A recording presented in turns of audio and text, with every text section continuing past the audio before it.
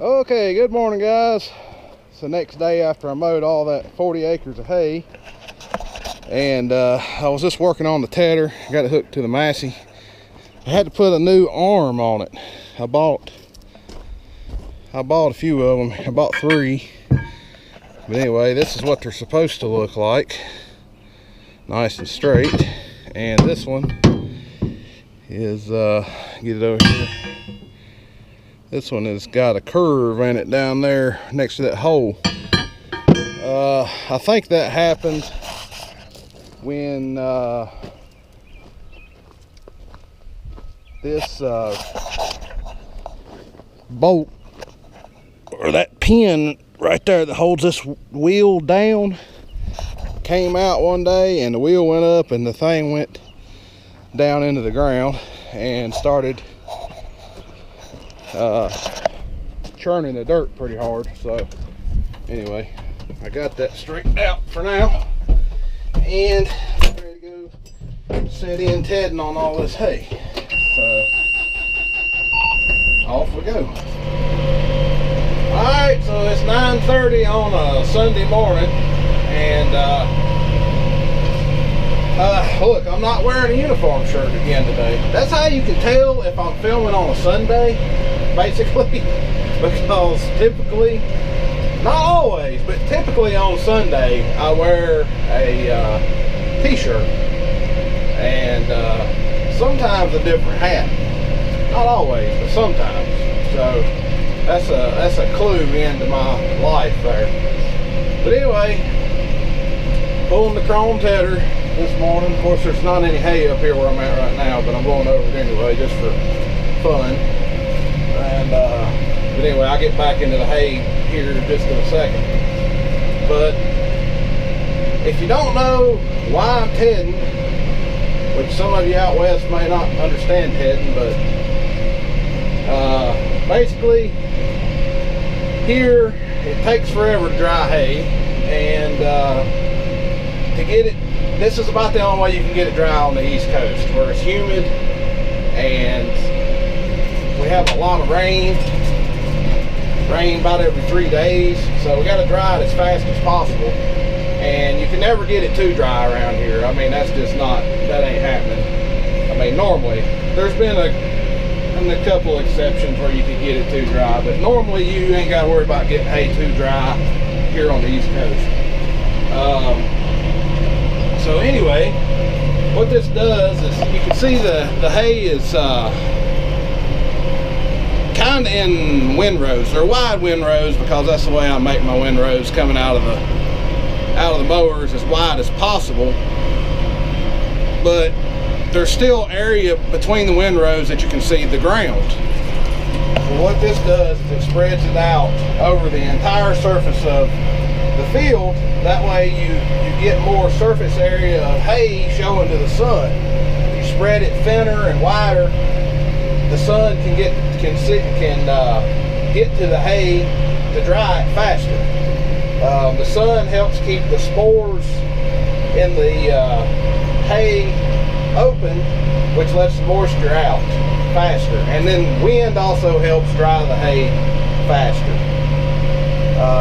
Anyway, that's why I'm spreading it out, and sometimes I'll come back and do it once more, depends on what I want to do with the hay. If I want to round bale it for cow hay, typically one tedding is good. If I'm going to square bale it for horse hay, and we got to be very curious about getting all the mold, keeping mold out of it. Sometimes I'll ted it twice, sometimes 3 times. That way every piece of hay gets to see the sun and get the moisture out of it. So anyway, that's what I'm doing. That's why I'm doing it. I got about 40. Actually, what last video, when I got done mowing, I showed y'all I had 39.59 acres showing on the GPS that I mowed. But I actually went and mowed one more field after I cut the camera off, but it wasn't but like a couple of acres. So I think when I got done, it was 41 and something, pushing 42 acres. So I'm a little over 40 acres to get over today. And I may not have to do it all because Dad said he would come take my place. And Ted, a while, I guess he wants to get out and do some farming, or he just wants to help me out a little bit, because I actually have a lot of seeding I still need to get done, because it's been raining so much I haven't been able to get anything done. So now that the sun's shining, I got to get this hay done, and then I got to get seed in the ground up there on Dad's new property. He's got that field I was going to put in alfalfa. Well, I started seeding on it the other night, and I got about 3/4 of the way done, and it started pouring the rain, so I had to just quit. It was like 10:30 at night anyway, so anyway, I got to go home and go to bed. But now I still got to finish that field, which is going to be another 2 to 3 acres, and I got another field that's about 10 to 11 acres I got to seed with Timothy and orchard grass, and I'm seeding with a 7-foot grain drill, no-till drill, so it takes forever to seed. It takes like it does about 1.4 acres an hour according to the tractor GPS. You can't go so fast pulling a grain drill without destroying it, so that's about all I can get out of it, running like 4.5 to 5 miles an hour with it. I'm afraid to go any faster than that. But anyway, I'm getting it done. I just got to keep working at it. So Dad's going to come take my place with this, and I'm going to go do that. I don't know if I can get it all done today, but I'm going to work on it, try. I went with my in-laws. But anyway, yeah, so that's kind of how my day's going to go. So I'm on my 3rd field. No, take that back. I'm on my 4th field now. And,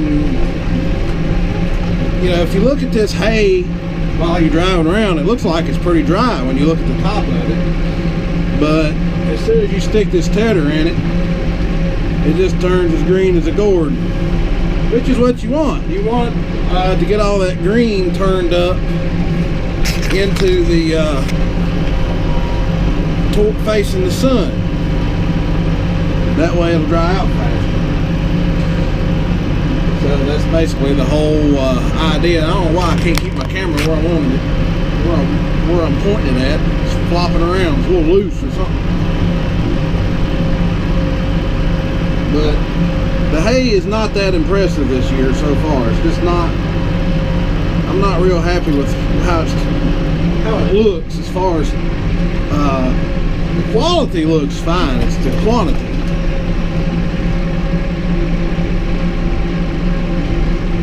Compared to last year, last year was probably an exceptionally good hay year for me. Anyway, everything turned off more than normal, and it looks like this year it's going to be less, so I guess that makes it look more drastic than it really is. But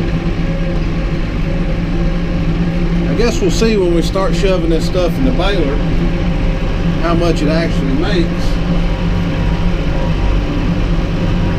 But anyway, my dad is on his way to take my place, so here in a few minutes I'm going to be back in the John Deere and running the seeder. I'm almost done up here, so I'll just meet you down there in the next field.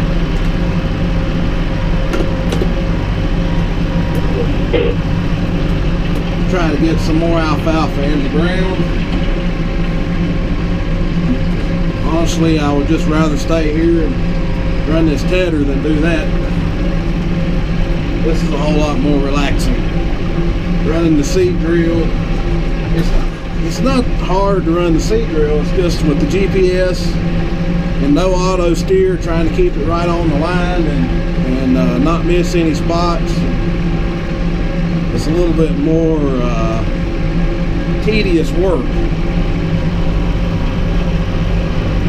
but it's got to be done, and I can do it.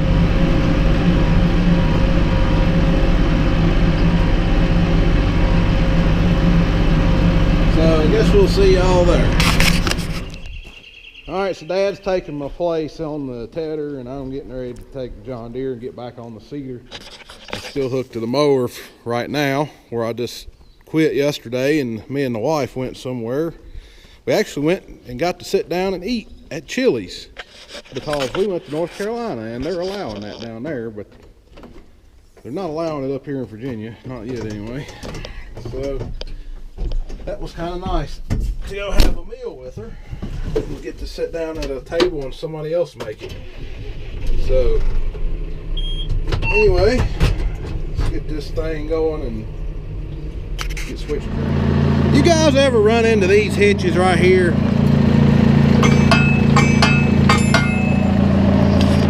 Those are probably the most aggravating hitches for a farmer that works by himself. I'll tell you that. But I have figured out 2 ways to get around that thing. And one of them, let me show you here.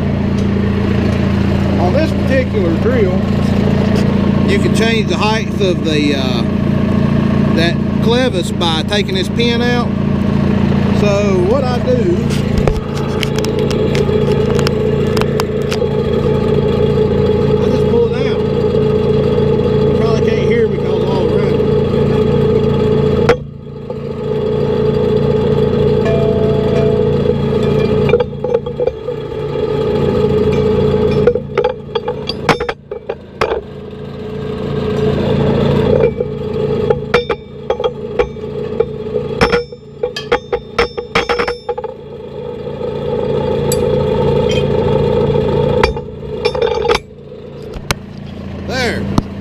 hooked up.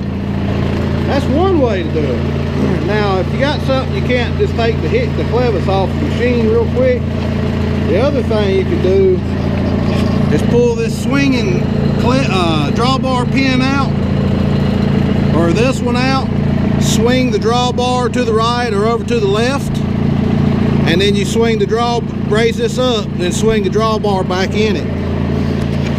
Because without doing one of those things, it's about near impossible to hook up by yourself, unless you try to hold the clevis up with a block of wood or something like that.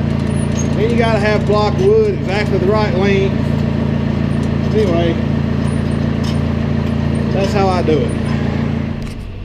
Alright, so I'm in the field seeding now, and I've made a few rounds around the outside of the field, and now I'm setting up a track for the GPS, which that's what these lines are. It gives me something to go by. I'm just making straight lines instead of trying to follow the outside boundary of the field. It just makes it a lot easier to follow when you need to try to get accurate. At least that's what I found out. And it also it gives me tones. It tells me when I am getting off track.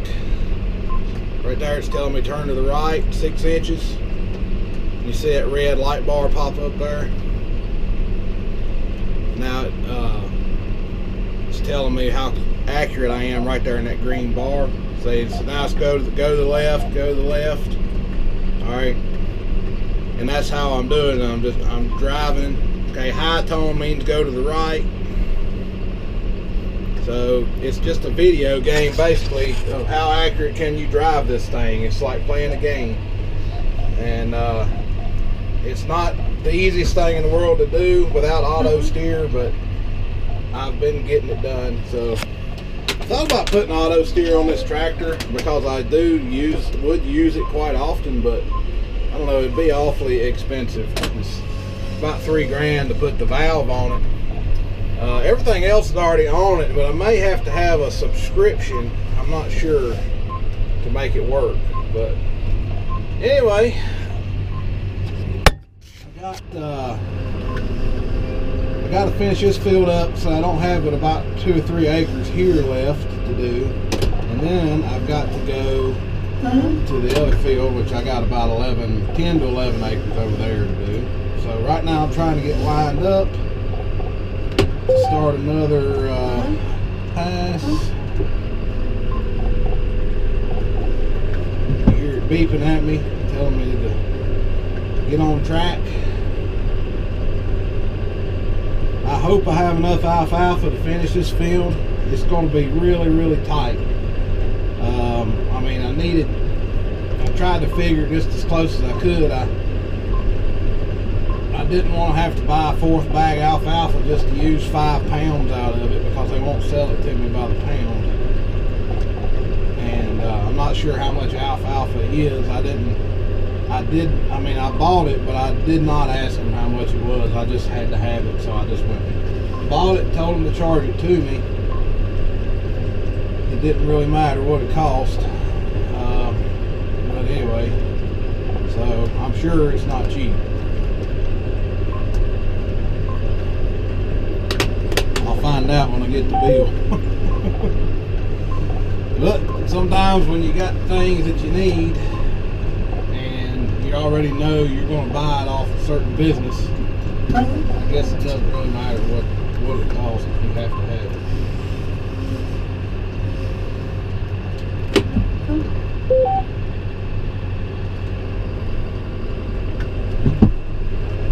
I know this place that I buy stuff is very competitive with everybody on seeds and fertilizers and stuff, as I have checked in the past, and they're always right in tune with them, or a lot of times they're cheaper, so keep dealing with them. They buy a lot of mulch, and they've been buying a lot of straw off of us here lately, so it's a two-way business relationship. Which the stuff they're buying it off my dad. The mulch is off my dad, and the straw belongs to my dad that we've been rebaling and selling to him. But you know, it's still kind of a two-way business street there. So we buy a lot of stuff from them, since they buy stuff from us. We buy about all our grass seed and stuff like that from them. Anyway, I'm going to keep on plowing this seed in the ground, and I guess we'll just see what happens from there. I got to go take my dad's place, Tedden. He told me when he took over, he said he had to go somewhere at 12, so him and my mom were going to go somewhere and get something to eat, I guess. And he had borrowed a locator for his directional bore rig from somebody, and he had to go take that back to them because those things are expensive. Anyway, we'll holler at y'all later.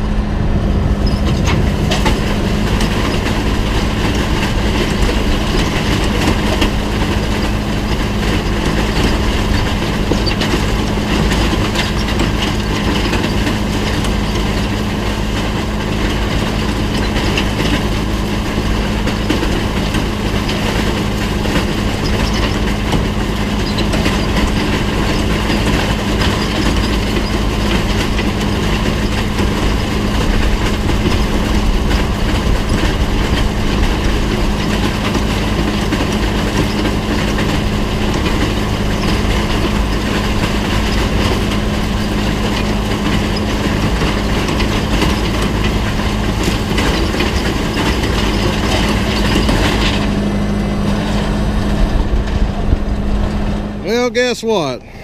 I'm basically out of alfalfa. So I know I've done missed some spots. I let it get so low that 3 of these over here didn't have any seed going in them. So daggone it, I'm gonna have to get one more bag of alfalfa. And it's Sunday, so they're not open. So I guess I'm done with this project for now. I think I still got plenty of, I still got plenty of orchard grass in there. The orchard grass I'm only putting down 5 pounds to the acre, and I'm putting down about 19 pounds to the acre of alfalfa. But there's a little bit more acreage here than what the GPS told me, and I knew it was going to be. It said, I did a boundary and it said about 7.5 acres, 7.55, and I went with 8 acres is what I told him I needed alfalfa for, and he said if I set up on about 18.75 or 18 no, he said 19 pounds to the acre should be about right. And but I'm already over the amount of acres that I told him, so there's more acres here than what's calculated because of the slope of the land. Anyway, I have to get some more alfalfa. Probably don't need 20 more pounds, but I'm gonna have to buy a whole nother bag. So, all right, see y'all later.